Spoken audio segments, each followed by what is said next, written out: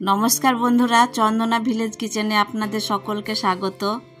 আমি আজ বানাবো গরমে ঠান্ডা খাবারের জন্য আম পোড়ার শরবত। এই শরবত খেলে শরীরটা অনেকটা ঠান্ডা থাকবে।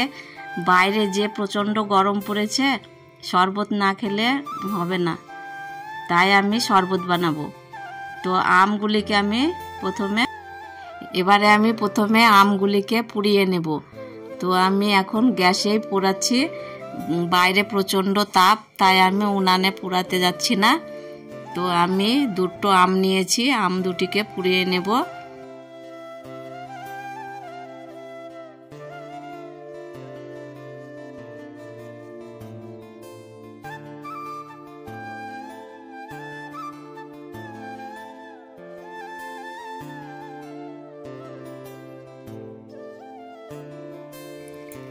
আমগুলি আমার পোড়ানো হয়ে এসেছে, আর একটু আমি ভালোভাবে পুড়িয়ে নেব যাতে আমের ভিতর শুদ্ধ সেদ্ধ হয়ে যায়। তা এবার আমার আম দুটিকে পোড়ানো হয়ে গেছে। এবার আমি ভালোভাবে খোসাগুলি ছাড়িয়ে নেব।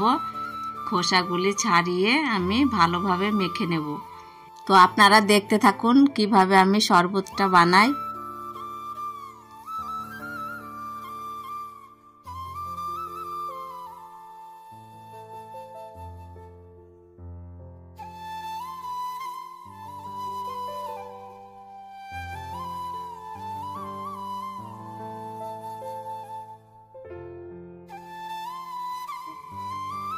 আমের খোসাগুলি ছাড়ানো হয়ে গেছে। এই দেখুন, আমি ভালোভাবে মেখে নিচ্ছি।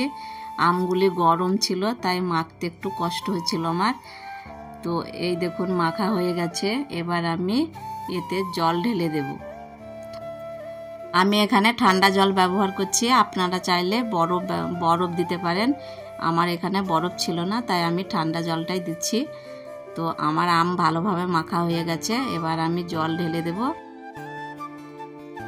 জল ঢেলে আমি ভালোভাবে মেখে নিয়ে তারপরে এটাকে ছাঁকনিতে ছেঁকে নেব, না হলে দানা দানা মুখে পড়তে পারে।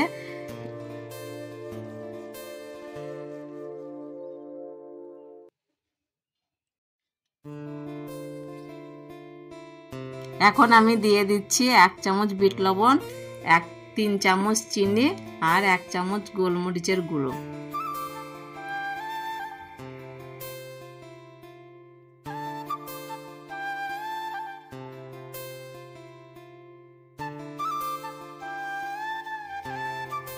এবার আমি এগুলিকে একসঙ্গে ভালোভাবে মিশিয়ে নেব। মিশিয়ে নিয়ে তারপরে আমি আরেকটু জল দিয়ে দেব, তারপরে গ্লাসে ঢেলে নেব। এখানে আমি গ্লাসগুলি দেখতে সুন্দর লাগার জন্য একটা প্লেটে বিট লবণ আর লঙ্কা গুঁড়ো রেখে দিয়েছিলাম, আর গ্লাসের চারিধারে আমি লেবু মাখিয়ে ওই লঙ্কা গুঁড়োর উপরে গ্লাসটিকে বুলিয়ে নিলাম যাতে দেখতে ভালো লাগে। তারপরে আমি শরবতগুলি ঢেলে দিলাম।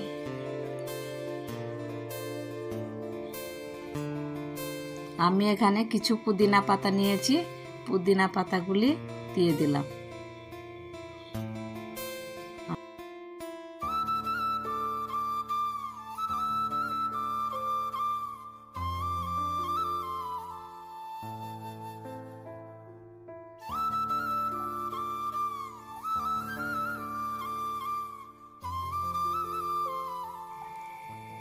এখানে আমার শরবত রেডি হয়ে গেছে।